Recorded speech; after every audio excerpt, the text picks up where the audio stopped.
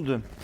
Alors voilà, on va démarrer. J'ai un petit texte et après je vous présente. Pour l'instant, vous restez mystérieux pour tout le monde. Nous sommes réunis donc à La Rochelle à l'initiative de la Commission nationale du débat public. Je remercie d'ailleurs Louise-Marie Cabal et Carole et leur équipe qui ont beaucoup travaillé pour qu'on fasse ceci. Nous sommes diffusés en direct par l'Esprit Sorcier, donc je remercie l'équipe. Ils sont derrière là-bas, vous ne les voyez pas, mais il y a beaucoup de gens. Ils sont à peu près 8000. La vidéo sera diffusée sur la Tronche en biais en replay dans quelques jours. Voilà, donc bonjour à tout le monde, où que vous soyez. Alors, venons-en au sujet. Même sans être savant en économie, en histoire, en physique, tout le monde a compris que nous sommes dans une transition énergétique. Il y avait le monde d'avant, avec des enjeux de production, de matières premières, d'acheminement, une géopolitique du pétrole et une ambition d'indépendance française via un grand parc nucléaire. Et puis le temps a passé. Les enjeux se sont déplacés vers la maîtrise des émissions de gaz à effet de serre, dans un présent déjà inscrit depuis 30 ans dans les projections des climatologues et pas les moins alarmantes. L'énergie en partie décarbonée du nucléaire est-elle aujourd'hui la moins chère? N'a-t-elle jamais été? Je ne sais pas. Entre un parc aux portes de l'obsolescence et une filière qui n'est pas à l'auteur de son excellence d'hier, les annonces il y a une semaine du président Macron d'un investissement massif dans le nucléaire, quoi qu'on en pense, débordent de la fenêtre de temps temporel, de la fenêtre temporelle dans laquelle nous devons agir. Donc même si le nucléaire est une solution, et ce n'est pas le sujet d'aujourd'hui, son déploiement prendra des années et l'urgence climatique nous interdit d'attendre. Les énergies renouvelables, donc, et en particulier l'éolien, sont un secteur où de grands progrès ont été réalisés ces dernières années. Des progrès qui s'accompagnent d'une réduction des coûts. Et quand on s'intéresse à ça, on découvre, en tout cas j'ai découvert, que l'éolien terrestre et l'éolien maritime sont fort dissemblables, en présentent des défis contrastés auxquels répondent des stratégies différentes. Et dans le cas de l'éolien maritime, qui nous intéresse aujourd'hui, nous parlons d'éoliennes de très grande taille, 260 mètres, je crois, qui peuvent être posées sur des hauts fonds ou bien installées en surface. Ce sont des éoliennes flottantes que l'on peut ensuite déplacer sur le site d'exploitation du gisement de vent. Chacune a ses avantages et ses inconvénients, mais ce à quoi elles ne peuvent échapper, pas plus que n'importe quelle infrastructure produisant de l'énergie, c'est une certaine empreinte écologique. On ne récolte pas de l'énergie sans affecter l'environnement. La question que je vais soumettre à nos 4 invités est donc celle du rapport conflictuel entre production d'énergie et biodiversité. Donc, j'ai une gamme de questions qui vont revenir dans la discussion. Comment évalue-t-on l'impact des installations sur les différents écosystèmes maritimes? Comment peut-on établir des critères pour séparer les impacts acceptables de ceux qui ne le seraient pas? Qui décide? Comment? Pourquoi un parc éolien est installé dans une zone plutôt qu'une autre? Quels sont les enjeux qui pèsent sur des choix qui concernent un espace maritime relevant de l'autorité de l'État? La préservation de la biodiversité est-elle une vraie composante des délibérations sur la question? Et je n'ai pas les réponses. Pas encore, mais on devrait en avoir quelques-unes d'ici 90 minutes. Alors je vous présente mes invités par ordre alphabétique, et chacun prendra la parole 5 minutes, et je serai drastique là-dessus, pour présenter son point de vue, son angle d'attaque de la question. D'abord, monsieur Dominique Chevillon, vice-président de la Ligue de protection des oiseaux France, administrateur de Nature Environnement 17, mais aussi vice-président du parc naturel marin de l'estuaire de la Gironde et de la mer des Pertuis. Bonjour monsieur. Madame Élodie Martini-Gousti est vice-présidente du Conseil économique, social et environnemental et pilote du réseau Océan, Mer et Littoraux de France Nature Environnement. Bonjour madame. Monsieur Jean-Claude Devin, professeur, océanologue, professeur émérite à l'Université de Caen, Normandie, spécialiste de l'écosystème littoral des impacts anthropiques. Bonjour monsieur. Et madame Ludivine Martinez, biologiste marine, spécialiste de la mégafaune. Elle est responsable de la cellule Coabis, qui est une cellule de valorisation adossée à l'Université de La Rochelle, en charge de l'expertise concernant les impacts des installations ou l'exploitation offshore sur la faune marine.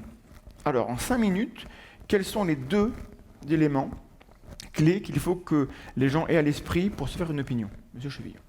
Et bonjour à tous, merci de votre invitation. Tout d'abord, je vais m'efforcer d'apporter une lecture naturaliste, c'est-à-dire un éclairage sur ce grand écosystème complexe qui est concerné par cette implantation.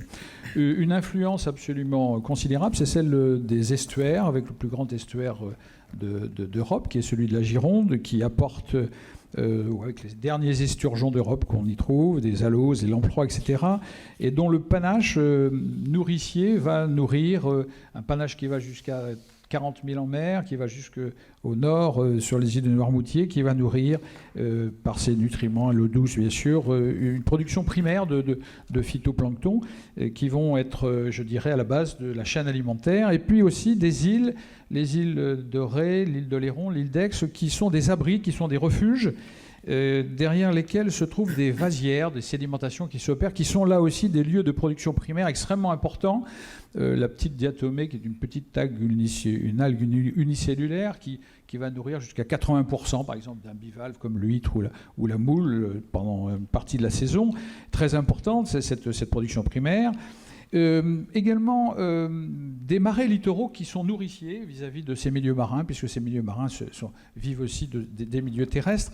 Et on y rajoute aussi un plateau continental qui s'en va en pente douce très très loin et qui favorise encore la présence de la lumière, essentielle bien sûr aux vivants, notamment aux vivants sur le fond, le benthos, les animaux qui vivent sur le fond. Et puis surtout une originalité, c'est qu'on est sur une voie migratoire absolument extraordinaire, qui est une des plus grandes voies mondiales, le flyway des oiseaux, donc des centaines de milliers d'oiseaux, des millions d'oiseaux, dans une migration intercontinentale, des oiseaux qui viennent d'Afrique pour aller en Amérique du Nord, au nord de l'Amérique du Nord, et des oiseaux qui viennent d'Afrique pour aller en Europe du Nord. Et ce ne sont pas que des oiseaux marins, ce sont d'abord aussi des oiseaux terrestres. On y trouve des turdidés, par exemple, une famille où les grives, les merles, etc. Ce sont des centaines de milliers, des millions d'oiseaux qui franchissent ces milieux en 3 tracés. Un tracé qui est sur une bande de 20 km entre le trait de côte et le bord de la côte et les 20 km à l'intérieur des terres. Là, c'est le tracé qui est le usité utilisé lorsqu'il y a mauvais temps sur la mer. Ensuite, il y a un deuxième tracé dans cette voie migratoire qui est à l'ouest de l'île de Ré et de l'île de Léron, qui passe à peu près à 12 000 nautiques. Et enfin, un troisième tracé plus pélagique qui est à l'ouest, qui est un tracé qui est très utilisé par les oiseaux, ces millions d'oiseaux, de nuit. Et par grand beau temps, et en fonction de la météo, eh bien, il y a effectivement l'utilisation des autres tracés. Donc on a ici des choses tout à fait importantes dans ce grand écosystème marin qui a été reconnu, et ça c'est extrêmement important, c'est une notion qu'il faut faire passer, est reconnu depuis 1976. Nous y avons participé, nous naturalistes, qui sommes maintenant assez expérimentés. La création depuis 1976 de 7 réserves naturelles nationales. C'est une concentration assez forte. C'est une marque, je dirais, de reconnaissance par la France. En 2009, ensuite, il y a eu les reconnaissances européennes avec les zonages Natura 2000, qui ont demandé beaucoup de travaux, qui ont été faits la plupart du temps par les scientifiques, la communauté scientifique et le musée d'histoire naturelle, avec les spécialistes, les experts de ces espèces. Et puis enfin, nous avons eu en 2015, après beaucoup d'années, puisque c'est difficile de rassembler les usagers de lieux qui sont très pratiqués, les pêcheurs, les conchyliculteurs, la plaisance, etc., nous avons eu la création du parc naturel marin de l'estuaire de la Gironde et de la mer des Pertuis, auquel j'ai le plaisir de participer depuis sa création et maintenant pour un second mandat. Et donc cette reconnaissance est tout à fait essentielle dans notre position et notre appréciation des choses, puisque c'est là qu'on veut y mettre le plus grand parc éolien industriel, d'ailleurs il faut parler de parc plutôt de zone industrielle d'Europe, ce sont les dires de Jean Castex, qui se confirment sur les cartographies qui sont fournies par l'État, avec un premier parc qui pourrait aller entre 500 MW et 1 gigawatt, un second qui est prévu, et puis surtout une macrozone qui pourrait, je dirais, amener du flottant, en plus d'ancrer, de poser, d'éolien flotté.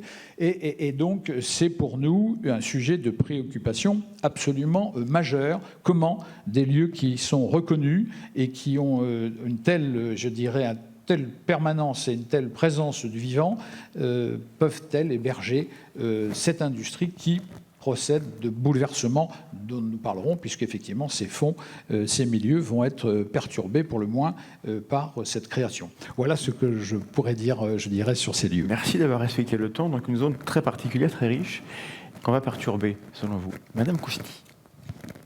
Oui, alors sur ce projet, qui est un projet en fait depuis la loi ESSOC de recherche de macrozones en mer pour développer plusieurs parcs éoliens, on peut se poser des questions.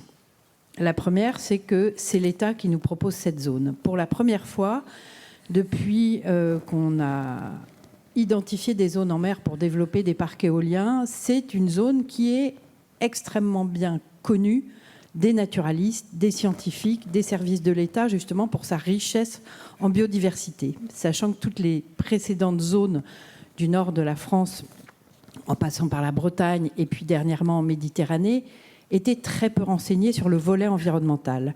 Là, on a une zone qui est extrêmement riche, très bien renseignée, comme l'a dit Dominique Chevillon, où on a des systèmes de protection fortes sur la zone. Donc, on peut s'interroger sur la pertinence d'y installer des systèmes de production électrique industriels, parce que ce n'est pas juste un parc, ce sera plusieurs parcs. Donc ça pose déjà question. Et en effet, votre question préalable d'atelier, est-ce que biodiversité et éolien peuvent faire bon ménage ? On devra pouvoir le prouver que les deux font bon ménage. L'embêtant, si vous voulez, c'est que nous avons déjà dans cette zone beaucoup d'activités primaires, pêche, conchiliculture, et puis des activités de loisirs pour lesquelles aujourd'hui nous n'avons absolument aucune évaluation d'incidence, aucune étude d'impact qui ont été menées pour montrer qu'elles n'abîment pas le milieu qui est si riche en biodiversité et qu'elles n'ont pas d'impact. On n'a rien qui nous dit qu'aujourd'hui, à partir du jour où on a protégé les milieux marins de la zone, on n'a pas détruit des sites et on n'a pas continué à abîmer le milieu marin. On n'a pas non plus décidé et dit que certaines activités, justement, du fait de leurs impacts, devaient s'arrêter pour permettre à l'éolien, qui serait une nouvelle activité, d'être déployé dans la zone.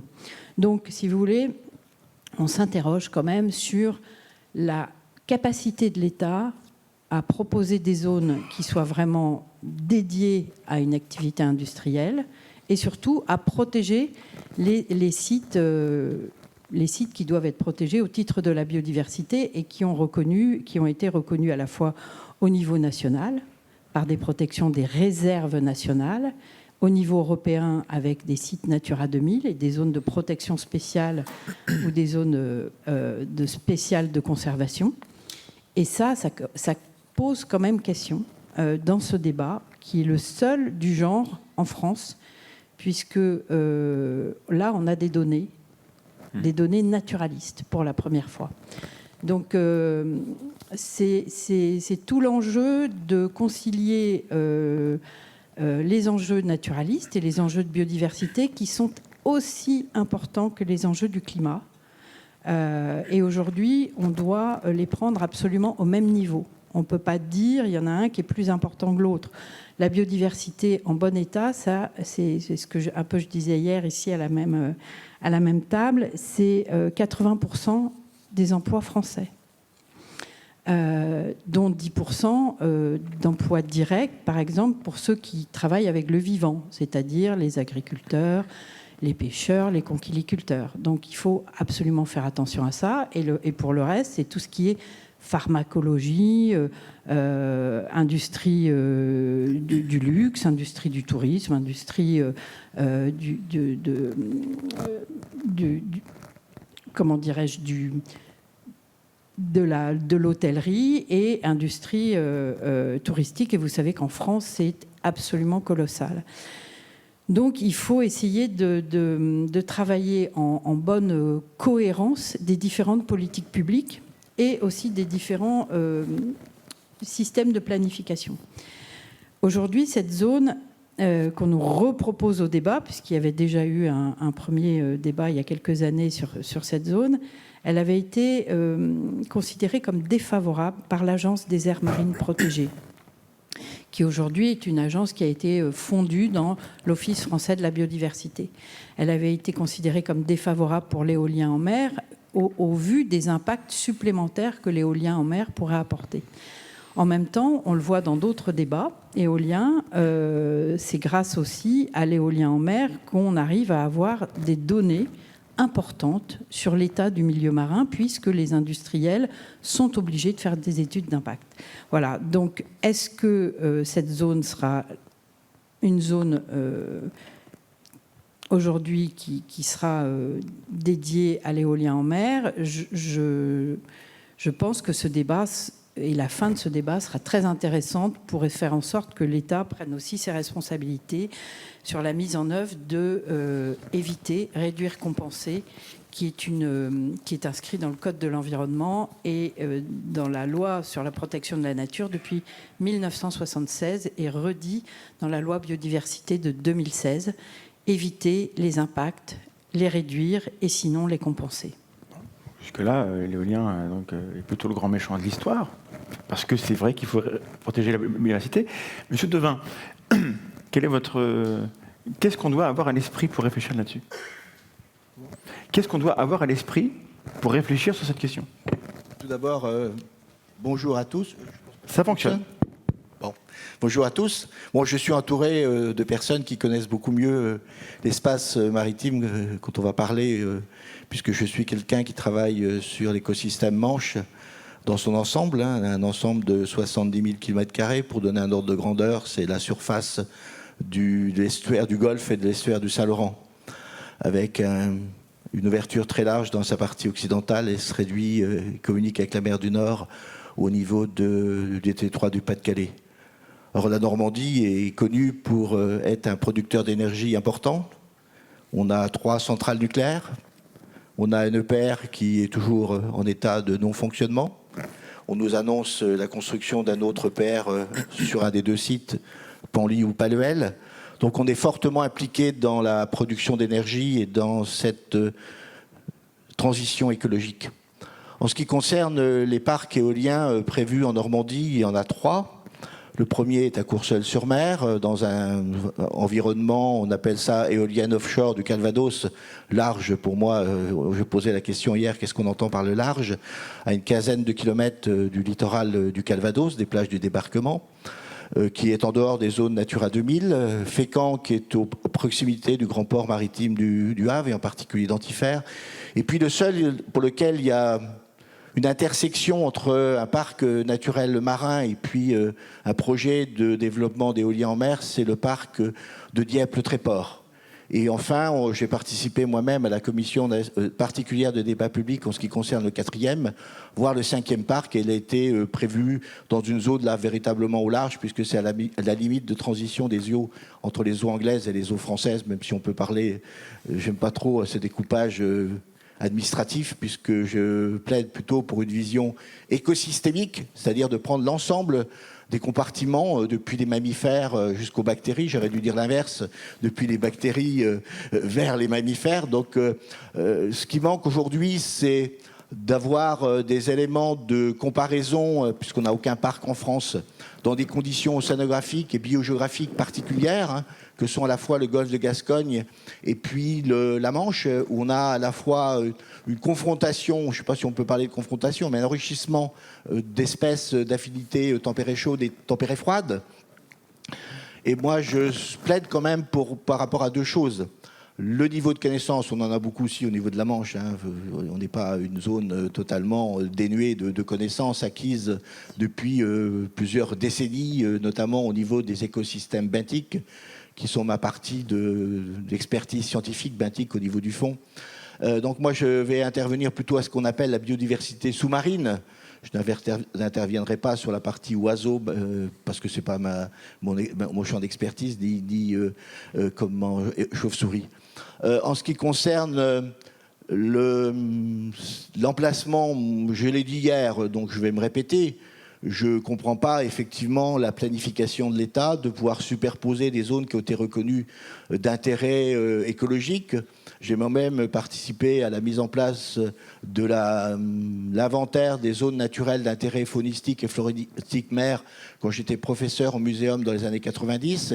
Et lorsque je suis revenu en Normandie, il y a 10 ans, nous sommes la 2e région en France à avoir un inventaire naturel des zones naturelles d'intérêt écologique, faunistique et floristique de l'ensemble du territoire marin normand. Donc on a des niveaux de connaissances et on peut effectivement, je suis tout à fait d'accord que les intérêts industriels ont maximisé la politique des emplois et la politique énergétique eu égard à l'environnement et en particulier la biodiversité.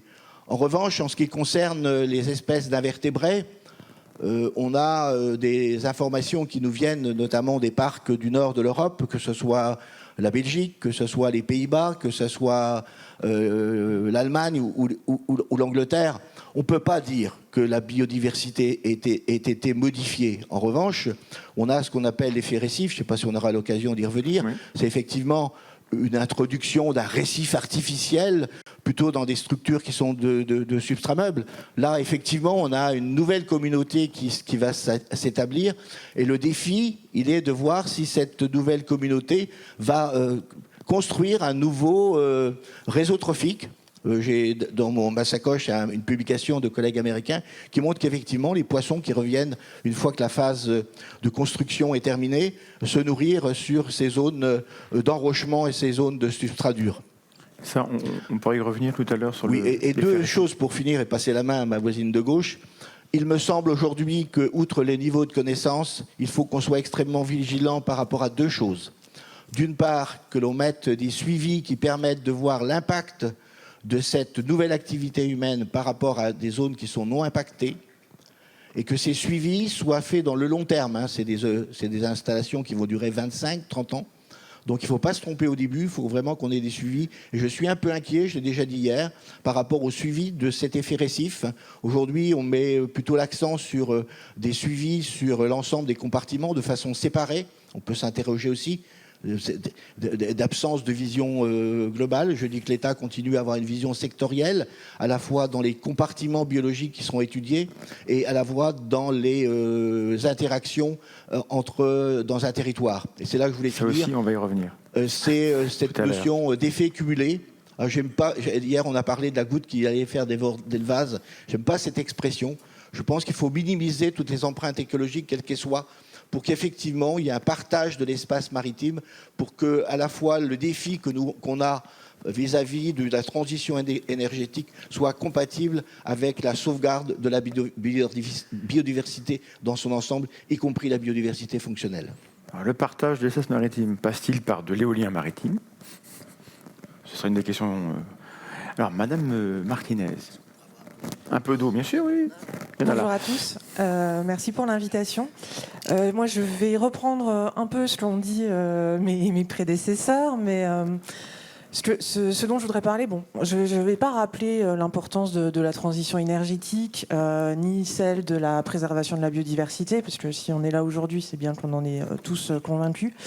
Ce dont je voudrais parler aujourd'hui, moi, c'est un peu remettre dans le contexte le travail qu'on a à faire. Donc quand je dis on, c'est tous ensemble, hein, que ce soit les services de l'État, les scientifiques, les ONG, toutes les parties prenantes, sur ces questions de zones d'implantation d'éolien en mer. Parce que donc pour choisir une zone d'implantation, on y reviendra je pense par la suite, mais ça demande un certain travail à la base pour connaître en termes de biodiversité les zones à enjeu, les zones à moindre enjeu. Ça sous-entend qu'on a des connaissances biologiques, écologiques fondamentales qui nous permettent de faire ce travail-là. Donc d'être en capacité de connaître la distribution des espèces, l'abondance des espèces, les couloirs de migration. Je parle pour les espèces qui me concernent. Hein. Mais voilà, ça sous-entend qu'on a tout ce niveau de connaissance-là à la base, qui finalement est du ressort de la recherche fondamentale. Donc ça veut dire que finalement, grâce, entre guillemets, à ces problématiques d'éoliennes offshore, on a la nécessité de collecter de la donnée, de financer des programmes de recherche sur ces aspects-là. Ça, c'est important parce qu'on a tendance à opposer l'industrie et la biodiversité, mais ce qu'il ne faut pas oublier, c'est que malheureusement ou heureusement, je ne sais pas, mais l'industrie, c'est souvent aussi un levier de financement, un levier d'opportunité pour aller chercher des données sur des choses qui étaient peu étudiées. Si je prends l'exemple des mammifères marins, les plus gros travaux de recherche sur l'acoustique des mammifères marins, les capacités auditives et les seuils de tolérance au niveau sonore, ça a été financé par la Navy américaine. C'est des scientifiques rattachés bien souvent à ces instances-là qui en sont à l'origine. Donc je ne suis pas forcément d'avis d'opposer systématiquement l'industrie et la protection de la biodiversité. Il faut rallier finalement les gens autour d'un même objectif, qui est le développement d'activités économiques, la fameuse économie bleue dont on parle souvent, mais avec ce souci, en éveillant bien les consciences sur l'importance de la préservation de la biodiversité. Madame Martini-Poustier le disait, on ne peut pas parler que de la protection du climat sans parler de la biodiversité. La biodiversité, c'est un point central de notre avenir à tous, en plus du climat.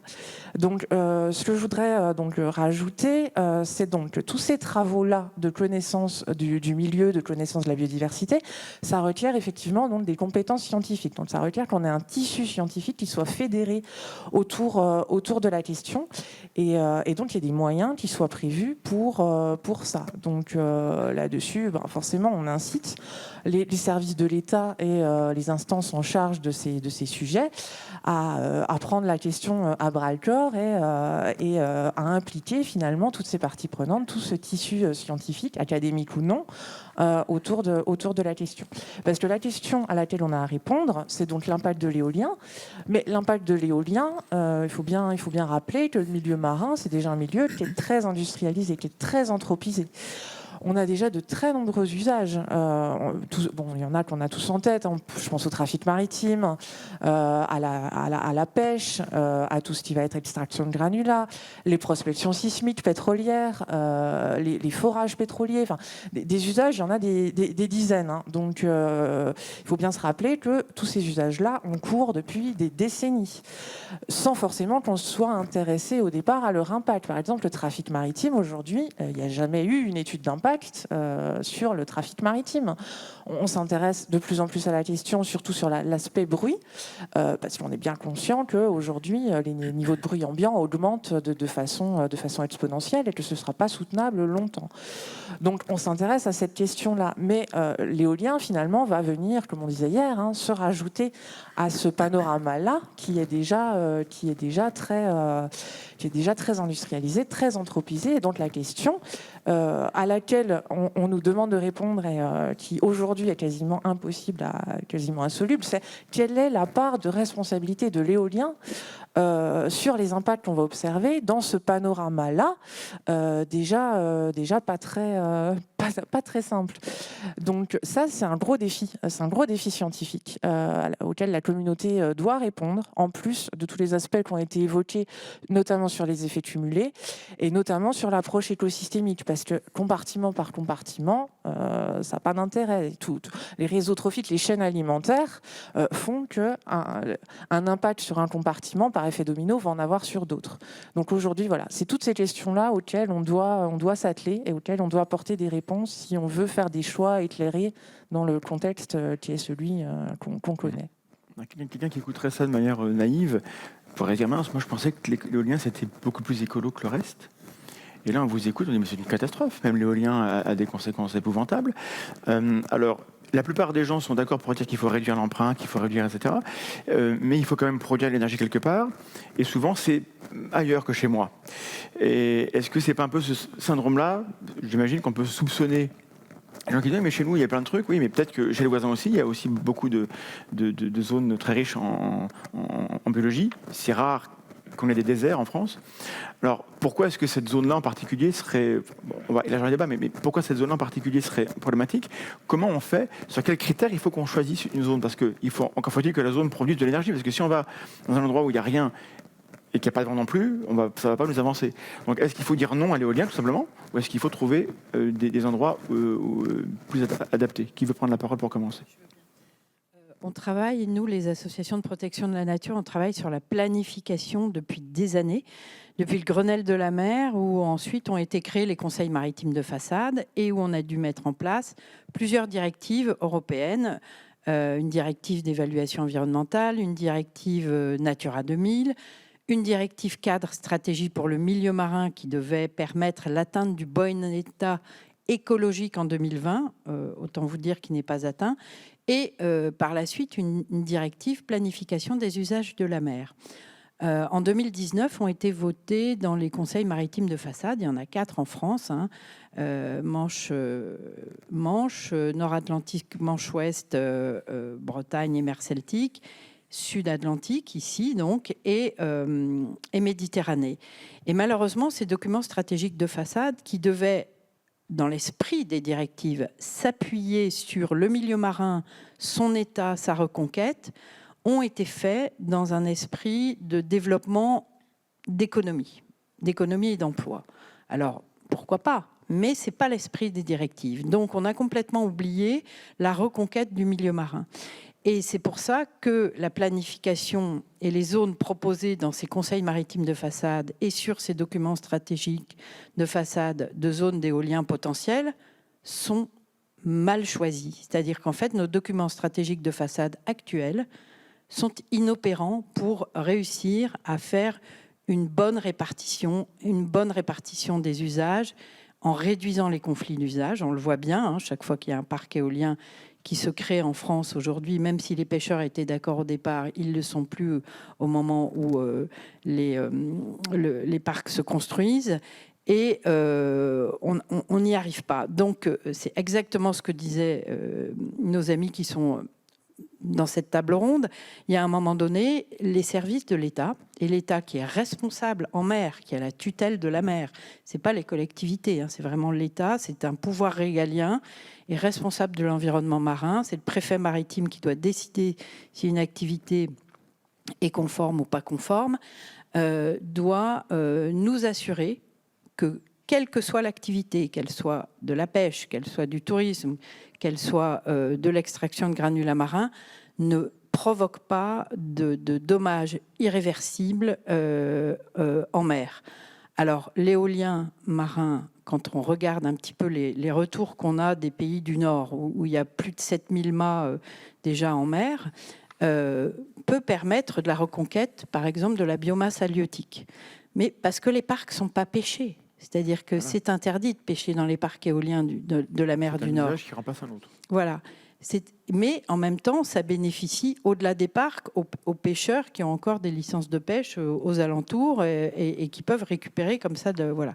Nous, en France, on ne veut rien interdire, on veut tout permettre et on superpose ensuite les zones de protection. On a beaucoup de mal à servir l'intérêt général au profit des intérêts catégoriels. Et donc, c'est pour ça que ce type de débat, grâce à la science et grâce à l'amélioration des connaissances, est non seulement nécessaire pour faire la transition énergétique, mais aussi pour décider vraiment de quelles zones sont rédhibitoires pour telle ou telle activité, et pas simplement l'éolien. L'éolien, je pense qu'on peut en mettre dans tout un tas de zones, mais qu'on n'a pas encore reconnues et travaillées comme étant des zones potentielles. Et ça va être tout l'enjeu, d'ailleurs, maintenant, des futurs débats, et puis des zones où il faut se dire qu'il vaudra mieux pas en mettre. Et ça permettra d'ailleurs pour les filières d'avoir une visibilité à plus long terme, alors qu'aujourd'hui, chaque fois qu'on débat d'une zone, on se pose encore les mêmes questions qu'on se posait il y a 11 ans, il y a 20 ans. Mais c'est à peu près pareil partout. Il n'y a pas une seule zone où il n'y a pas eu de débat houleux. J'ai envie de dire houleux pour la mer, c'est rigolo. Donc il n'y a pas de zone où les gens disent oui, c'est bon, venez chez nous, c'est tranquille, c'est open bar. Donc comment on décide ? Alors, Monsieur Chevillon, oui. Rapidement. Alors, j'ai donné une lecture naturaliste, je vais donner une lecture d'évaluation de risque, parce que j'ai passé 42 ans dans une entreprise qui évalue le risque, un grand groupe français que j'ai co-dirigé, ensuite que j'ai fini par diriger, donc une grande société d'assurance. En fait, ce qui est terrible dans cette affaire, alors pourquoi ici plutôt que là, etc., on a vu qu'il y avait des reconnaissances ici qui attestaient qu'il y a du vivant, et ça, c'est 50 ans d'études, c'est 50 ans de mise en œuvre. Mais on ne fait pas d'études de risque. Les seules études de risque qui ont été faites par l'État sont des levées de risque sur la météo et sur la bathymétrie, c'est-à-dire en intérêt strict de l'industriel, pour savoir s'il y avait suffisamment de vent pour, ici, mettre des éoliennes, ou savoir si les fonds permettaient, la morphologie des fonds permettait, jusqu'à une certaine limite, d'implanter ces éoliennes. Il n'y a pas d'études socio-économiques. Vous voyez, on est dans un grand débat public. C'est un plus, le grand débat public, c'est-à-dire que c'est la confrontation des idées, c'est un essai de compréhension mutuelle, etc. Mais on n'a pas d'apport d'incidence socio-économique. Les pêcheurs qui pêchent sur cette zone historiquement, pour lesquels il y a à peu près 10 000 emplois, avec 7 ou 8 grands ports de pêche, qui ne sont pas seulement des ports charentais, mais des ports vendéens, également des ports de Pays de Loire, sont dans le noir absolu. On est en train de dire, on va mettre sur des milliers de kilomètres carrés tout un ensemble de parcs, puisque 1 gigawatt plus 1 gigawatt plus 1 gigawatt pour faire le plus grand parc d'Europe, qui aujourd'hui fait 3,6 je crois, et qui est sur Dogger Bank au large de l'Écosse. Si on fait ça, c'est une occultation de lieux de pêche pour cette activité. Il n'y a pas d'études socio-économiques. Et on nous dit, il faut savoir se prononcer, prononcez-vous sur ces lieux. Et puis il n'y a pas d'études non plus sur les incidences environnementales. Mettre des mâts, c'est-à-dire mettre des obstacles dans un milieu qui est un milieu marin, c'est créer des courants sur des lieux où il y a des sédiments, où il y a des espèces qui vivent, qui sont dans ces sédiments, etc. Et il n'y a pas d'études d'incidence. Donc, vous voyez bien qu'on est dans le noir absolu sur ces dossiers. On est capable de dire qu'il y a des espèces, mais on n'est pas capable de dire globalement quelles seront les incidences environnementales de ces grandes installations. Donc, on prend le sujet, je crois, par le mauvais bout. Et moi, je vous le dis franchement, tant qu'à faire sans incidence, sans études, au moins conservons les zones qui sont reconnues comme étant à haute valeur environnementale avant d'aller y faire des choses. On parlera des effets récifs, mais la science a ses limites. C'est les expériences qui auront été menées et on verra bien que il y a très peu de choses qui ont été faites. Alors on nous dit, mais attention, il y a les expériences des pays d'Europe du Nord qui ont fait des choses formidables. Où sont les études ? Dans le dossier public aujourd'hui, on a des fiches environnementales qui sont réduites à leur simple expression et qui ne parlent pas d'incidence environnementale. Donc vous voyez bien qu'on est dans une situation à la fois de méconnaissance, mais je crois qu'il y a quand même un vrai sujet méthodologique. Et qui coordonne l'ensemble de ces parcs éoliens qui sont en train de se faire ? Est-ce que c'est l'OFB ? Est-ce que c'est le ministère de l'écologie ? Est-ce que on ne sait pas. On ne sait pas. On va rester sur la question de qu'est-ce qu'on sait. On n'en sait pas assez pour prendre une décision. Qu'est-ce que font les scientifiques ? Rouen ? Madame, moi, je voulais juste revenir sur le sujet juste d'avant, là, sur l'aspect justement planification, parce que je pense qu'il y a un point qui est important aussi dans la question de l'opposition, c'est finalement qu'on a l'impression que voilà, alors les parcs sortent un peu au fur et à mesure comme ça, et les gens se disent ah bah non, je vois en Manche par exemple, ah bah non, il y en a encore un qui va se mettre là, mais il y en a déjà 2 qui sont prévus. Enfin, vous allez en mettre combien ? Enfin, je pense que le problème vient de là aussi, c'est ce manque de visibilité. Bon, à la fois pour les acteurs de la filière, c'est évident, ça a été souvent rappelé, notamment par le CER hier, mais y compris pour le grand public et les usagers, c'est qu'on ne sait pas où on va. On voit les parcs arriver un peu au fur et à mesure. On a annoncé 50 parcs, je crois. C'est ça, on entend enfin voilà, il y a des annonces qui sont faites comme ça, de façon un peu détachée, sans qu'on ait une vision d'ensemble. Et ça, je pense que c'est un vrai problème. On serait tous gagnants si on avait une visibilité plus importante. Donc si, au lieu de réfléchir déjà sur les débats publics parc par parc, on réfléchissait à l'échelle d'une façade au moins, sur de la planification un peu plus, sur du un peu plus long terme et un peu plus global. Parce que parc par parc, ça n'a pas d'intérêt. Si on va aller déplacer un parc de 50 km, c'est pas pour autant qu'il y aura... On va faire un débat en plus. Voilà, il faudrait qu'on ait une vision plus large que ça. Et si l'État envisage de mettre, je dis n'importe quoi, hein, mais 8 parcs en Manche, et ben à ce moment-là, on étudie les 8 parcs en même temps et non pas l'un après l'autre, et puis de rajouter comme ça des couches au fur et à mesure. Je pense que voilà, la question de la visibilité et de la planification, c'est deux questions qui sont vraiment cruciales et centrales et sur lesquelles il faudrait vraiment travailler pour que tous ces débats aussi soient plus productifs et soient plus constructifs et qu'on ait une meilleure participation de toutes les parties Ça, prenantes. c'est pour le côté démocratique, qui n'est pas encore assez démocratique et pas assez organisé. Mais sur le côté, on ne sait pas ce qu'on fait, on n'a pas de données, on plante des choses, ça crée des problèmes, et la science ne nous dit pas les conséquences de ce qu'on va faire. Est-ce que c'est vrai ou est-ce qu'on a quand même des éléments et est-ce que l'urgence climatique fait que, tant pis, on prend le risque? Ça, à un moment donné, j'aimerais avoir votre avis là-dessus. Je commence, vous. Si, je pense que la science, effectivement, elle est en capacité aujourd'hui de nous dire pas mal de choses. On peut pas dire qu'il n'y a pas de retour d'expérience. Donc, comme je disais hier, il y a effectivement les retours d'expérience d'Europe du Nord qui sont souvent mis en avant parce que ils ont quand même des dizaines d'années d'antériorité par rapport à nous sur la question des parcs éoliens. Après, la question va se poser, c'est de la transposabilité, parce que les espèces qui sont en Europe du Nord, c'est pas forcément les espèces qu'on va avoir chez nous en France. Les comportements des espèces en Europe du Nord, c'est pas forcément les comportements des espèces ici. Je pense notamment aux oiseaux. Enfin, on peut avoir les mêmes espèces entre l'Europe du Nord et ici. Par contre, les oiseaux sont pas là pour faire la même chose et donc n'auront pas forcément les mêmes comportements et les mêmes hauteurs de vol. Donc, il y a encore une fois, on revient sur le fait qu'il y a plein de questions qui s'adressent directement à la recherche et pour lesquelles il faut mettre des moyens si on veut répondre. Plus de moyens pour la recherche, qui n'est pas d'accord?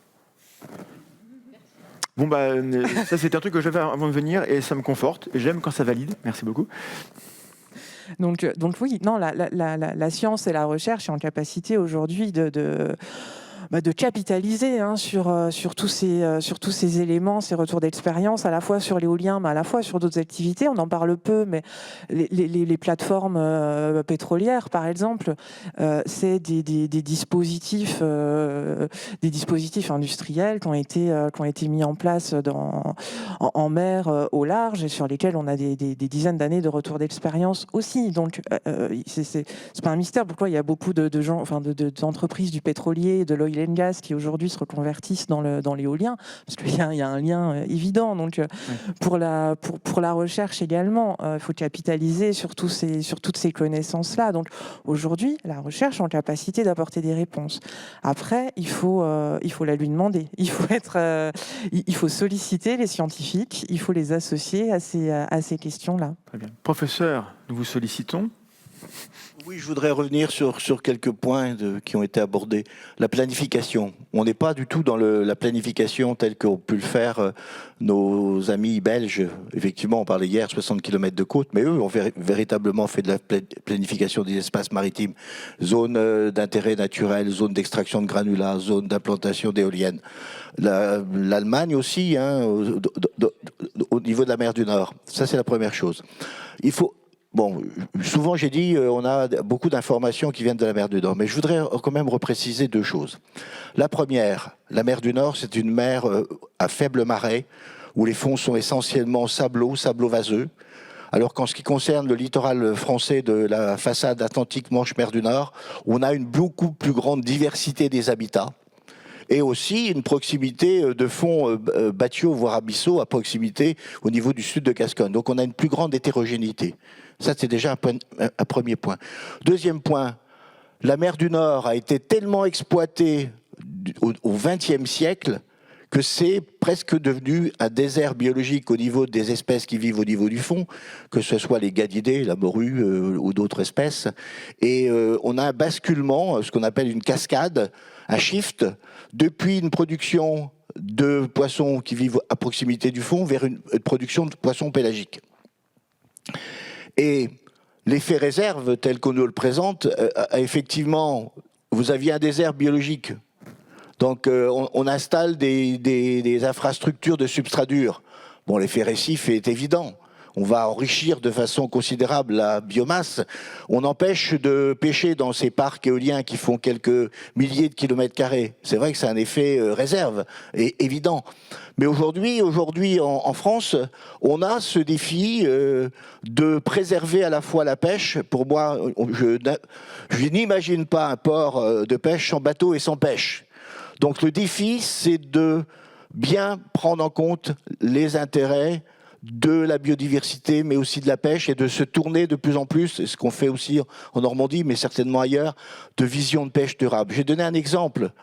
La baie de Seine est devenue un des hotspots, un des points chauds de production de pêche de la coquille Saint-Jacques.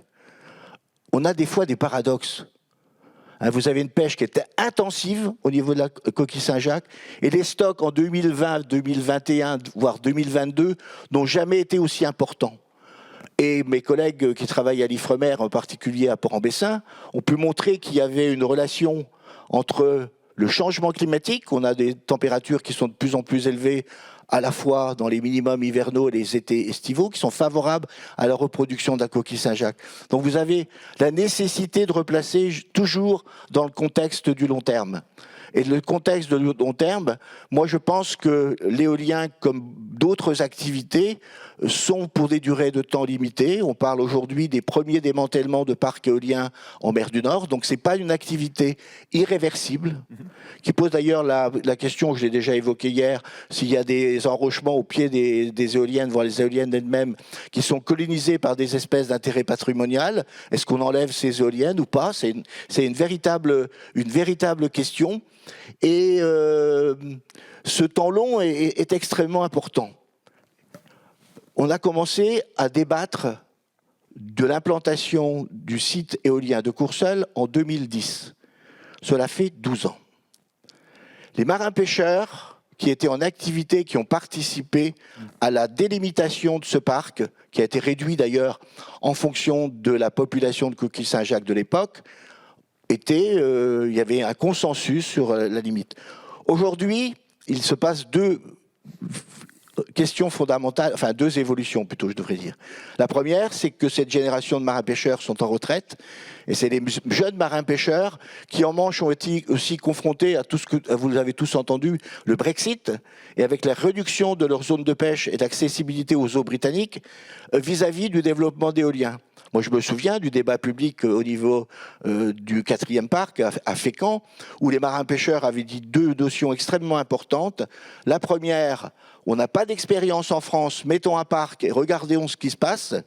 Et deuxième, la Normandie a déjà 3 parcs, Courseulles, Fécamp, Dieppe-le-Tréport, même si à Dieppe-le-Tréport, les pêcheurs ont été contre cette implantation dès le début. Non seulement parce qu'il y a une superposition avec le parc naturel marin des 3 estuaires Picard, mais aussi pour des raisons de pêche. Ils n'ont pas eu d'ordre et ils proposaient de les déplacer un peu plus vers l'ouest, à proximité de Fécamp. Ils n'ont pas eu leur gain de cause. Et puis la deuxième chose, je reviens à la coquille Saint-Jacques, à la fin des années 2000, le stock de coquille Saint-Jacques n'était pas le même qu'aujourd'hui. Et la zone d'implantation, qui était une zone de faible pêche de coquille Saint-Jacques il y a 12 ans ou il y a 15 ans, est devenue une zone de pêche de coquille Saint-Jacques. Donc le problème de notre institution, c'est le temps long de la décision, du nombre de recours. Moi, je me souviens avoir fait des voyages dans la Société française franco-japonaise d'océanographie au Japon. Il y a beaucoup de débats. Mais une fois que la décision a été prise, on ne revient pas sur la décision. Oui. Moi, en tant que scientifique, je trouve ça... Il faut qu'il y ait des débats, mais je pense que tous les recours sont un peu néfastes à cette décision de changer notre besoin de transition écologique. Effectivement, il faut qu'elle se fasse, comme on disait, sur une meilleure connaissance de l'impact de cette activité par rapport aux autres et de cette intégration dans ce qu'on a évoqué hier, les socio-écosystèmes. Je parle beaucoup d'écosystèmes, mais cette notion de socio-écosystème est extrêmement importante. Et puis, je ne l'ai pas dit hier, mais je me permets de le dire aujourd'hui, attention aux fausses informations. Et ça parcourt beaucoup. Nous, les scientifiques, dans les laboratoires de recherche, on est jugés sur les nombres de publications des revues internationales. On a le haut comité à l'évaluation de la recherche et l'enseignement supérieur qui nous incite à faire que de la recherche fondamentale. Moi, tout durant ma carrière, j'ai fait plutôt de la recherche appliquée sur les extractions de granulats, sur les effets des clapages des sédiments portuaires, etc. Donc c'est effectivement, j'ai eu l'opportunité de former des jeunes, d'ailleurs certains sont à l'OFB aujourd'hui ou à France Énergie Marine. Il y a aussi cette notion de formation de nos jeunes qui effectivement, avec le développement économique, trouvent des emplois, parce qu'au niveau académique, on a de moins en moins d'emplois. Bon. Et aussi, on parle beaucoup de biodiversité. Si je peux me permettre une dernière chose, on a de moins en moins de spécialistes de biodiversité, qu'elles soient végétales ou animales, dans nos laboratoires. On a plutôt privilégié les approches de biologie moléculaire, voilà. Etc. Et ça, c'est un véritable problème. On a aussi un paradoxe. On a besoin de plus en plus de connaissances de biodiversité, et il y en a moins en moins de spécialistes de biodiversité dans nos laboratoires. On a déjà dit. Alors, sur YouTube, vous pouvez poser vos questions et ils vont remonter via Carole qui est ici. Dans le public, si vous avez des questions, là il est 24, des micros sont là et donc dans 10 minutes maximum, on viendra vers vous. D'ailleurs, j'aimerais qu'on revienne vraiment sur la biodiversité parce que là on est parti sur différentes choses. Et donc vous parlez de socio-écosystème, c'est très intéressant. Mais l'éolien, c'est pas des choses qu'on va venir poser là où personne ne fait rien. Donc c'est pas juste une activité humaine qui va venir sur la nature, c'est une activité qui va peut-être remplacer une autre, entrer en conflit. Donc on a des conflits dans les débats, il y a des intérêts, en particulier les pêcheurs. Est-ce que du simple point de vue de la biodiversité, qui est le cœur d'aujourd'hui, est-ce qu'il ne vaut pas mieux un parc éolien que de la pêche ? Et là, je mets les pieds dans le plat parce que je ne veux pas être méchant avec les pêcheurs, mais si les conséquences de la pêche sont plus graves que l'éolien, du simple point de vue de la biodiversité, et c'est le thème, peut-être que c'est mieux. Qui va répondre à ça ? Non, mais franchement, on a un niveau d'impréparation sur ces dossiers. Et aujourd'hui, on est en train de poser comme ça que peut-être un parc éolien sera-t-il plus protecteur que l'état actuel de ces zonages. Moi, je trouve ça absolument étonnant. Alors que nos sociétés ont acquis des méthodes, nos sociétés on travaille depuis bien longtemps sur de l'acquisition de connaissances et qu'on puisse prendre des décisions qui seraient fondées sur de telles bases. On peut vraiment pas, ici, dans le niveau d'impréparation, de non-coordination, je dirais, prendre des décisions qui sont, nous, dans le privé, je suis désolé de le dire, mais on est dans un environnement concurrentiel qui nous contraint. Si moi j'évalue un risque et que je l'évalue beaucoup plus cher que notre concurrent, eh bien j'ai pas de client. Et si jamais par contre je l'invite, je le tarifie pas assez cher, je vais faire faillite. Et là j'ai les autorités de contrôle qui vont me dire, monsieur, vous dirigez une boîte qui est en limite parce que vous prenez trop de risques. Donc on a des obligations, si vous voulez, méthodologiques, de résultats et de décisions rapides. Mais encore faut-il se donner les moyens de prendre ces décisions rapides. Et en l'absence aujourd'hui, dans cette impréparation de conséquences connues socio-économiques et environnementales, laissons les endroits qui ont des hauts lieux de biodiversité le demeurer et laissons les pêcheurs avec les aménagements. Je vais me faire l'avocat du diable. Pour continuer à pêcher leur zone. Je vais me faire l'avocat du diable, mais peut-être que Mme Cousty pouvoir répondre, ou vous. C'est-à-dire que vous dites, bon, ok, on est dans une situation où on n'a pas été préparé. Ok, mais bon, on y est, on est en 2022, on ne peut pas remonter le temps il y a 15 ans, donc on y est. Et on a un enjeu climatique, et on ne veut pas opposer climat et biodiversité, mais on a ces deux enjeux-là. Qu'est-ce qu'on fait maintenant ? Et est-ce que dire on ne veut pas d'éolien parce qu'on n'a pas assez de données, c'est pas courir le risque que le climat s'aggrave, alors qu'au niveau de la biodiversité, on a déjà des problèmes. Et j'ai pas la réponse, hein. Vraiment, je me fais l'avocat, parce que là, je sens qu'il y a une sorte de consensus, du coup, il faut jamais un petit peu de dissensus. Qu'est-ce qu'on répond à ça ? Ça paraît raisonnable de dire ce que je viens de dire ou pas du tout ?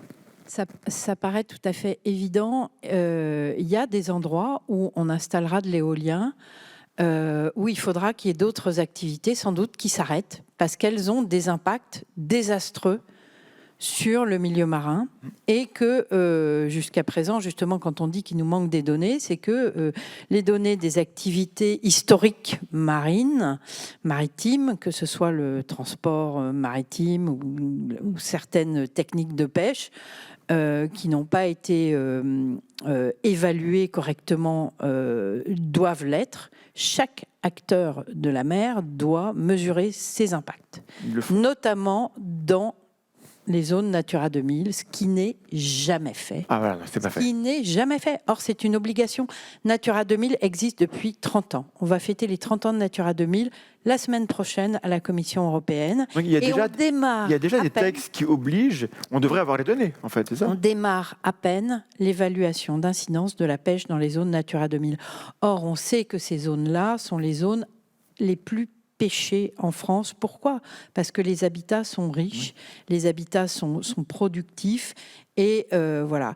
Mais en même temps, les techniques utilisées par certaines pêcheries dans les zones Natura 2000 peuvent être extrêmement destructrices.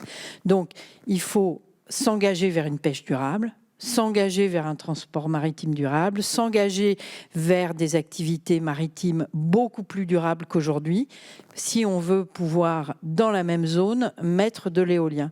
Et peut-être qu'il y aura des zones où il faudra interdire des activités pour permettre à l'éolien, dernier entrant, d'arriver, parce que les conséquences de l'installation de fermes éoliennes de grande ampleur seront sans doute moins néfastes que d'autres activités. Cette transition-là, on est d'accord qu'il faut qu'elle intervienne dans les prochaines... Enfin, maintenant, c'est dans les Oui, 3-4 ans. dans les 3 ans qui viennent, Oui.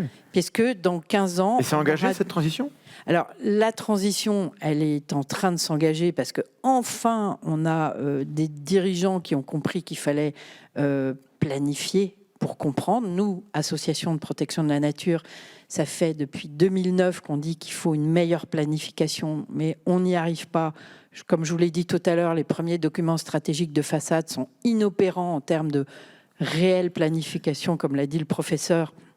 Les Belges l'ont fait, et moi j'ai assisté à des retours d'expérience des Suédois, des Pays-Bas, des Anglais sur la façon dont ils ont planifié. Ils ont été beaucoup plus malins que nous, ils ont mis les moyens, et ils ont en plus, par exemple pour les Pays-Bas, planifié tous les enjeux terrestres et marins. Vous savez que les Pays-Bas, c'est un pays qui est quasiment sous le niveau de la mer, et donc ils ont vraiment travaillé sur les enjeux de l'eau douce et de l'eau de mer en même temps. Et nous aussi, c'est ce qu'on doit faire. On a en France des schémas régionaux d'aménagement et de développement durable des territoires qui s'appellent les SRADET. Il faut quand même savoir que 80% des pressions qui s'exercent sur le milieu marin viennent de la terre, viennent de l'agriculture, viennent de nos pollutions terrestres. Et donc, il y a un moment donné, il faut aussi réduire ces pressions terrestres vers le milieu marin pour aussi que les activités dont on vient de parler soient un peu plus durables. Donc c'est un ensemble de politiques publiques qui doivent être beaucoup plus cohérentes. Et si on veut réussir cette transition énergétique, il faut que chacun prenne ses responsabilités, à commencer par l'État qui arrête de donner des dérogations aux pollueurs. C'est que ça en France. Donc, comment on gère les conflits dans l'intérêt de la biodiversité? Pas de réponse à ça? Ça, je pense que c'est pas vraiment à nous de nous prononcer sur le sujet. Pour revenir juste sur... Au moins, on peut mesurer les impacts des différentes activités et dire ça existe, ça existe. Je pense on a les données? Déjà, arrêter de considérer les choses de façon décomposée, c'est ce qu'on disait tout à l'heure, donc que ce soit d'un point de vue écosystémique, où il faut... Voilà, on travaille de plus en plus à des échelles larges, que ce soit en termes d'espèces, en termes d'échelle spatiale, d'échelle temporelle. On agrandit de plus en plus les échelles biologiques et même géologiques, parce qu'on a bien compris que tout est lié et qu'une incidence sur un compartiment a des répercussions sur les autres. Je pense qu'il faut avoir la même approche aussi sur les usages, et finalement, au-delà de se poser la question de l'impact de l'éolien, c'est de se poser la question de l'impact de l'ensemble des activités humaines. Et Madame Cousty dit qu'il y a des obligations de mesure et que ce n'est pas fait. On n'a pas les données, alors qu'on devrait... Ça fait 30 ans qu'on devrait les avoir. Non, aujourd'hui, on n'a pas les données. Aujourd'hui, on nous demande de nous prononcer. Alors, c'est pas bien. Il faut les donner. On nous demande de nous prononcer sur les impacts. Enfin, nous, on est souvent sollicités pour participer à des études d'impact sur l'éolien. Je suis naïf. Comment ça se fait qu'on n'a pas ces données si c'est obligatoire? C'était... Oui, un but. Si vous voulez, c'est comme je vous le disais tout à l'heure, c'est un coût économique. Oui. C'est vrai que c'est obligatoire. Une pêcherie qui aura des impacts devra faire une évaluation d'impact. Ça coûtera de l'argent à cette pêcherie pour faire cette évaluation d'impact. Et jusqu'à présent, l'État l'a autorisé à ne pas le faire. Donc D'accord. On en revient à ça. il y a un moment donné, on en revient aussi à la responsabilité de l'État. Quand l'État désigne à la Commission européenne des sites qui doivent être protégés, parce que on le sait, les scientifiques, les naturalistes ont travaillé dessus et on dit cette zone, c'est notre patrimoine commun de l'humanité, c'est le patrimoine commun des Français, c'est une zone tellement riche, vraiment, il faut la mettre sous protection Natura 2000 ou en faire une réserve naturelle nationale. Ben, l'État manque à sa parole et à son contrat vis-à-vis des Français et vis-à-vis de la Commission européenne quand elle autorise des activités sans même évaluation d'impact. Et moi, je vois ça tous les jours dans toutes les commissions où je siège, c'est que je ne veux pas jeter la pierre aux pêcheurs, on en a besoin, et on a besoin qu'ils pêchent de plus en plus durablement. Donc il n'y a pas que eux qui posent problème. Bien sûr. Et surtout, c'est en leur disant quels sont leurs impacts qu'on va leur permettre ensuite de les financer vers des types de techniques qui seront de moins en moins impactantes. Oui, parce que moi, mon problème ici, c'est que moi, j'essaie d'animer un débat, mais vous me dites, en fait, on débat sur des choses qu'on ne sait pas. Et on ne sait pas parce qu'on n'a pas forcé les gens, alors que c'était leur devoir, de produire les données. Donc, un débat public, pour qu'il existe, il faut qu'on débatte sur des connaissances, et pas sur de l'ignorance. Et en fait, on se rend compte qu'on obtient finalement ces évaluations d'incidence, qui sont maintenant obligatoires pour les pêcheurs depuis 1 an, à cause de la jurisprudence européenne, parce qu'il y a des associations comme les nôtres qui font des recours contre des personnes ou des sociétés qui sont des dégradeurs et que finalement la France est contrainte à des infractions, des procédures d'infraction contre elle. Et voilà, et si vous voulez, nous, on préférerait faire autre chose que faire des recours en justice, mais il n'y a que ça qui fait marcher qui fait avancer finalement les choses. Oui, en ce moment, il y a une recherche de zones de protection forte, les fameuses ZPF, qui sont une consultation publique qui a démarré. C'est extrêmement paradoxal. On n'assume pas les responsabilités sur les zonages qui ont été décidés il y a 40 ou 50 ans parce qu'ils ont été documentés comme étant à haute valeur, et on est déjà en train de chercher d'autres zones de protection qu'on avait appelées des zones de protection forte, alors qu'on n'a pas commencé à... Comme on n'a pas respecté nos engagements, on crée de nouveaux critères pour être dans les clous. Voilà, et ça fait penser un peu, vous savez, quand les normes sont un petit peu dépassées et qu'on n'arrive pas à maintenir les choses, on casse le thermomètre. Donc on diminue, je dirais, le cadre normatif. Voilà, on est dans ce paradoxe. Bon. Et c'est pour ça que la conciliation... Est-elle possible ? Toutes les conciliations sont possibles, mais est-elle souhaitable ? Moi, personnellement, dans mes organisations, répondons, elle n'est pas souhaitable sur les lieux dont nous parlons, au niveau de reconnaissance que nous avons, avec la documentation des faits qui ne sont pas donnés et pour lesquels on n'a pas ces fameuses études environnementales des conséquences environnementales et socio-économiques. Alors, avant de donner la parole au public, il y a des questions, levez les mains, ceux qui ont des questions. Voilà, donc on arrive. J'ai une dernière question. Oui, alors en 2 mots, je vous écoute. Oui, deux choses. Je suis d'accord sur la nécessité d'avoir une vision non seulement maritime, mais aussi d'avoir un continuum terre-mer. Effectivement, la plupart des pollutions marines viennent du terrestre. Et en plus, dans ces milieux de transition, sont les estuaires, dans lesquels M. Chevillon a rappelé l'intérêt de ces zones de migration. Alors, il y a une chose qu'on n'a pas du tout parlé, c'est l'outil de la modélisation, qui permet non seulement de faire de la modélisation physique, donc de voir les modifications qu'il va y avoir dans les courants suite à l'implantation de parcs, à la fois de chaque pile, de chaque structure, mais sur un ensemble de parcs et voir si des parcs sont à proximité les uns des autres. Et puis, on a la chance d'être dans une région où il y a eu un débat sur le GIEC Aquitaine. En Normandie, on l'a décliné également, et je pense que ce débat de connaissances et puis de perspective de prévision, il doit s'inscrire, moi je défends, il doit s'inscrire dans une vision de changement climatique. Je vais donner 2 exemples. C'était ma question, donc je suis content que vous allez dessus. Je voulais, voilà. 2 exemples. Le premier, pourquoi la morue disparaît en Manche? Parce que il y a une surpêche. Eh bien non, oui, mais il n'y a pas que ça. Parce qu'il y a des changements au niveau de la taille des petits crustacés, des copépodes qui se nourrissent et qui sont incompatibles avec la bouche des juvéniles, des post-larves et des juvéniles de morue. Donc c'est l'air de vous énerver, cette information. Oui, je veux dire, pourquoi il y a des fois des guillemots ou des bacareux qui n'arrivent pas à se nourrir au niveau de l'Islande ou des Féroé ou du Spitzberg?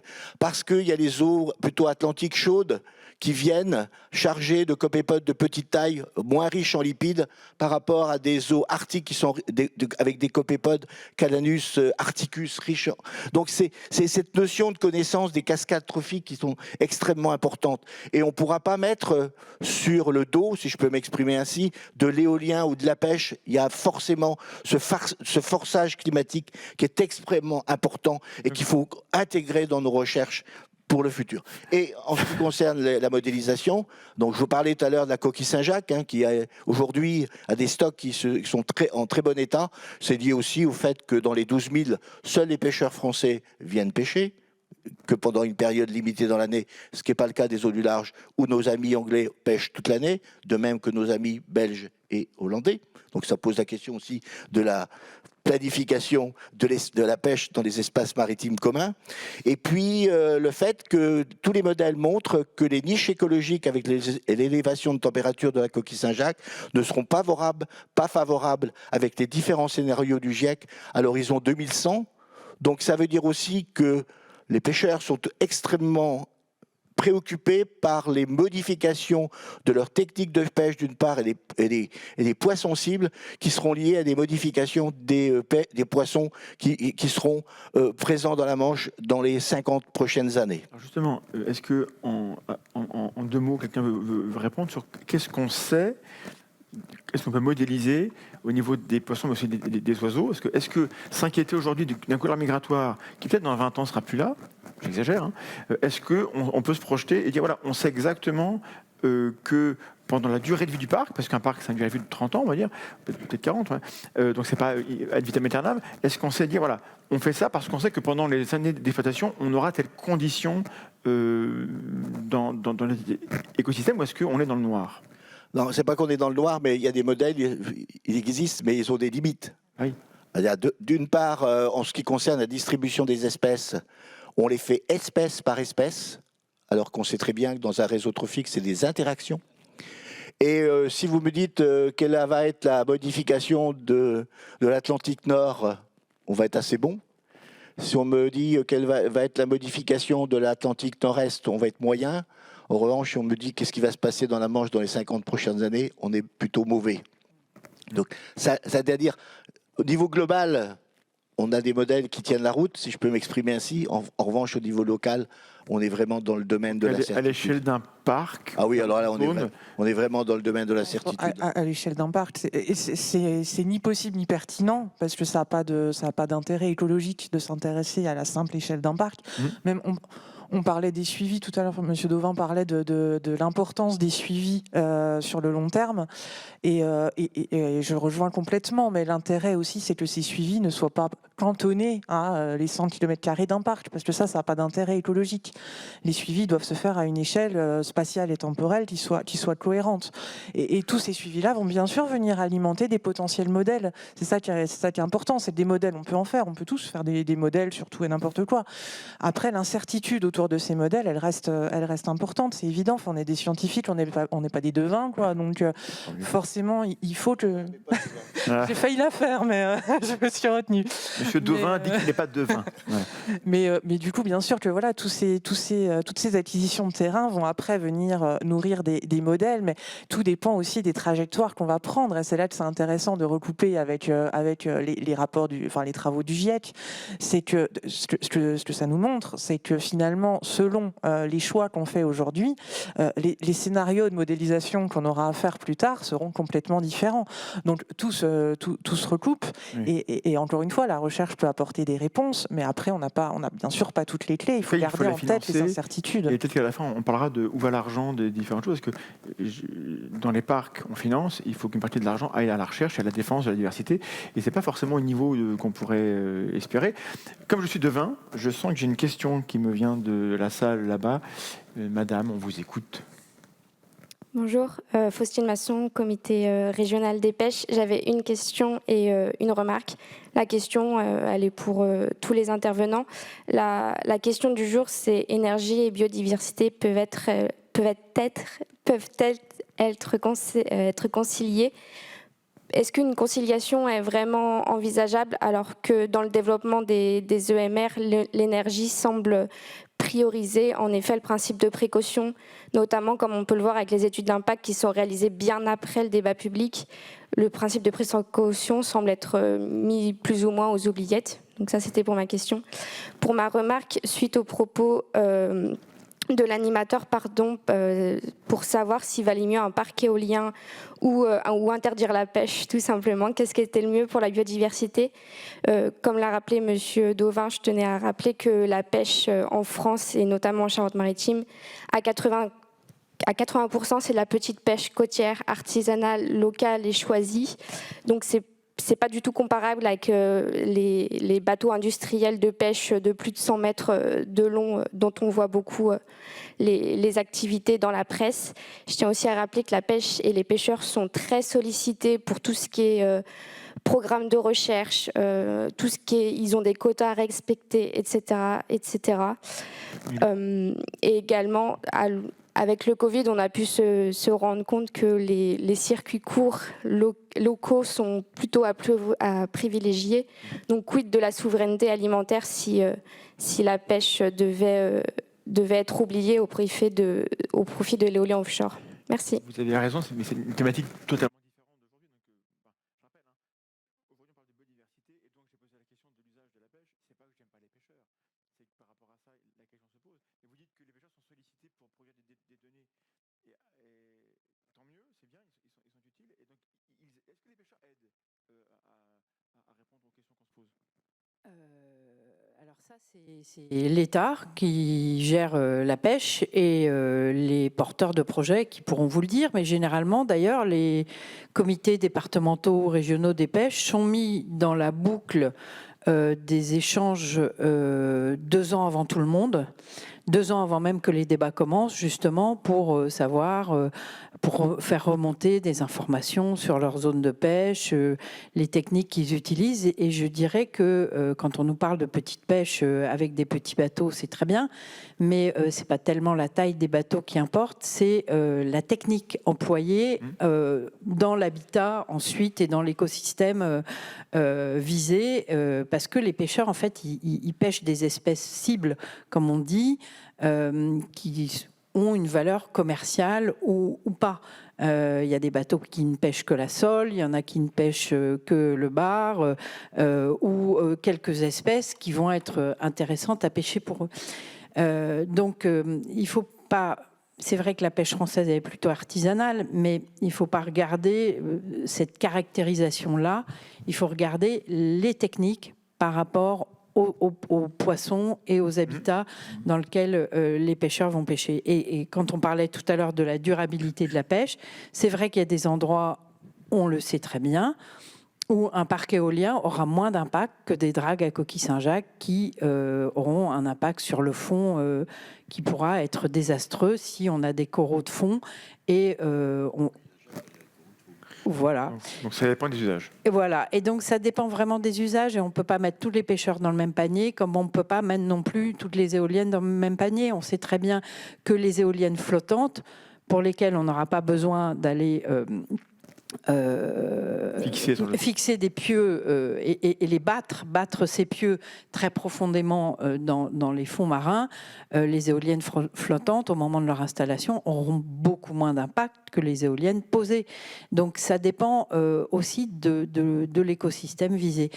Voilà, je pense que c'est ça qui est important, et c'est d'ailleurs pour ça qu'on a besoin de scientifiques et d'approfondir nos connaissances pour essayer de trouver les meilleurs endroits où on aura le moins d'impact, à la fois pour la pêche ou pour d'autres activités et pour l'éolien. Okay. Vive la science, et potentiellement en faisant évoluer les techniques aussi. Quoi. Compléter ce que disait Madame en disant que voilà, les apports des scientifiques, ça va être de mieux connaître le milieu, mais ça va être aussi potentiellement de faire évoluer les méthodes et les techniques d'installation ou de pêche. Il y a d'autres questions, donc rapidement. Juste deux choses par rapport à l'intervention du comité régional des pêches. Évidemment, on doit privilégier la pêche avec des circuits courts, entre un bar pêché dans une pêche côtière de 15 jours et qui ramenait dans des chaluts et une pêche de bar à la ligne. Il n'y a pas photo en ce qui concerne les intérêts gustatifs. Ça, c'est mon point de vue d'amateur des produits de la mer. En revanche, le monde de la pêche, d'ailleurs, ils font partie du groupement d'intérêt scientifique JCCUM à part entière, parce qu'ils se sont aperçus, parce que ça fait partie aujourd'hui du défi de cette profession, de maintenir des techniques de pêche qui soient les moins pénalisantes pour l'environnement. Et on a eu parallèlement au JCCUM un postdoc qui a travaillé pendant 1 an sur les effets des engins de pêche aux arts traînants, donc à la fois chalut et comme en drague à coquille, en particulier à Coquille Saint-Jacques. Mais faut rappeler que la Normandie est aussi le premier producteur en ce qui concerne la praire, dans le golfe normando-breton, et des impacts sur une zone, un habitat particulier qu'est le merle, qui n'est pas négligeable. Eh bien, aujourd'hui, effectivement, il y a un engagement de la profession pour aider les scientifiques, notamment mes collègues de l'Ifremer, à trouver des engins de pêche les moins pénalisants sur l'environnement. Et aussi, du point de vue scientifique, cette notion de sensibilité des habitats marins. Alors moi, je ne sais pas s'il y a des collègues de l'Ifremer ici. Il y a une carte que vous pouvez trouver sur le web qui montre les zones sensibles les plus proches de la côte. En réalité, c'est des zones, je parle d'habitat benthique, je ne veux pas parler d'oiseaux et encore moins de mammifères qui ne sont pas de mon domaine. Eh bien, en général, ces zones de sable fin, sablo-sédimentaire, sont des zones dans lesquelles les habitats benthiques sont peuplés d'espèces qui sont extrêmement des cycles courts, des espèces annuelles, avec des très fortes capacités de reconstituer très rapidement leur abondance. Donc on appelle, c'est des systèmes extrêmement résilients. En revanche, vous parliez effectivement des coraux profonds ou des zones avec des habitats de fond grossier sur lesquels il y a des éponges, des bryozoaires, dont certains sont dressés, qui font plusieurs décimètres de hauteur. Eh bien, il faut aussi avoir une connaissance sur cette notion de sensibilité des écosystèmes et effectivement, je l'ai déjà dit hier, je m'interroge beaucoup en tant que scientifique, en tant que connaisseur du milieu marin depuis 50 ans, de la nécessité d'implanter des sites éoliens sur des sites qui ont été reconnus d'intérêt patrimonial. C'est vraiment la question centrale. J'ai regardé de nouveau hier soir l'implantation plus au sud, un peu plus devant la Gironde. Alors je ne connais pas les conditions de vent, je suis pas spécialiste de la modélisation du vent, mais on pouvait trouver des zones en dehors des zones qui ont été reconnues d'intérêt patrimonial. En revanche, j'ai quand même une remarque sur cette délimitation. La dernière. Oui, sur les délimitations. Oui, je suis bavard. Délimitation des zones Natura 2000, vous avez qu'à regarder. C'est tiré verticalement et horizontalement. Et j'en avais parlé au DIREN de l'époque de Basse-Normandie, qui était Gérard Clouet. Oh, il m'a dit, tu comprends, c'est plus facile pour les limites géographiques d'avoir des lignes qui suivent ni la bathymétrie, ni les habitats particuliers. Donc, dans ces zones Natura 2000, même si c'est des zones qui ont d'intérêt, je pense que d'un point de vue scientifique, on pourrait discuter de leurs limitations, parce qu'elles sont faites souvent à leur porte-pièce et qui ne correspondent pas à véritablement des enjeux écologiques.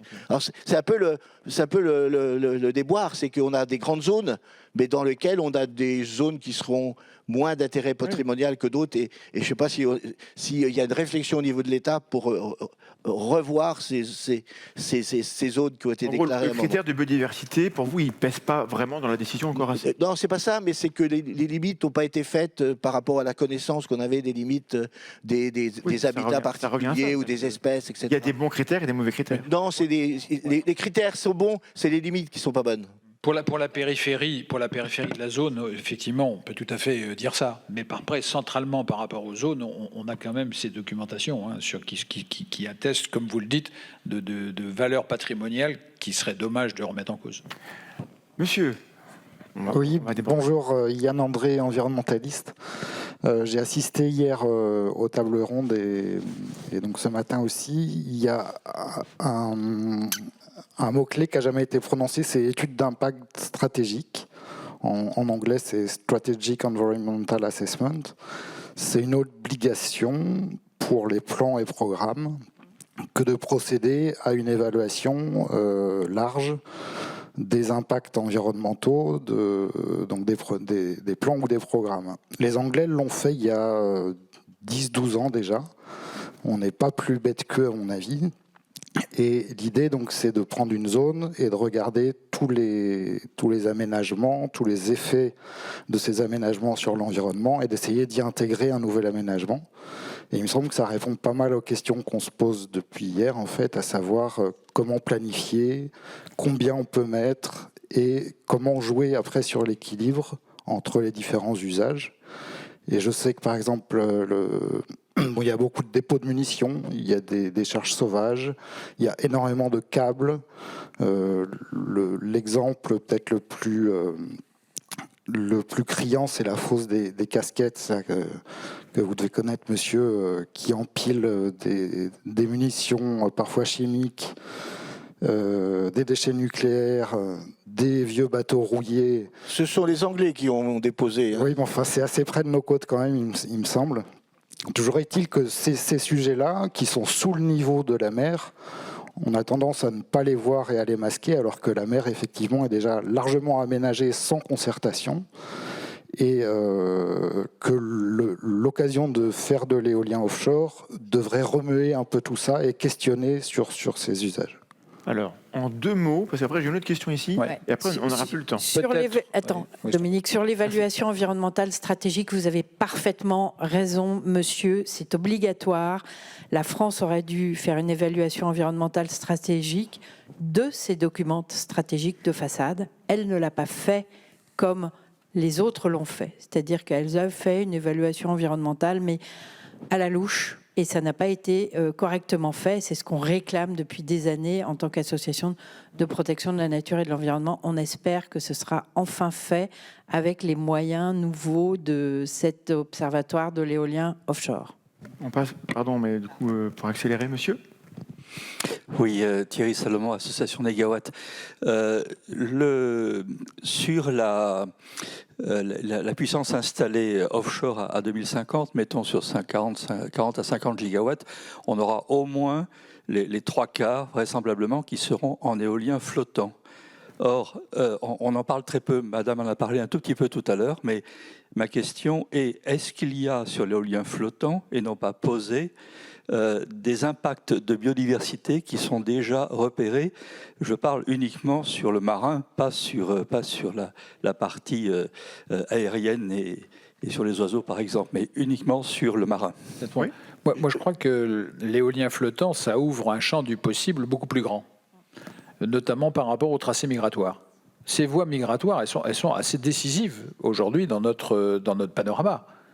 Parce que nous avons une responsabilité franco-française, mais on a aussi une responsabilité européenne, une responsabilité internationale dans le déplacement de cette biodiversité.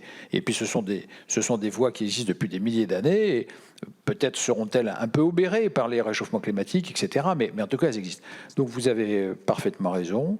Le flottant ouvre du champ du possible, et ce d'autant plus que plus on est proche de la côte, plus il y a du vivant, ce qui ne veut pas dire que le vivant, qui est beaucoup plus au large, ne doit pas être protégé et qu'il n'y ait pas d'inconvénient pour le flottant. Mais oui, ça ouvre du champ du possible.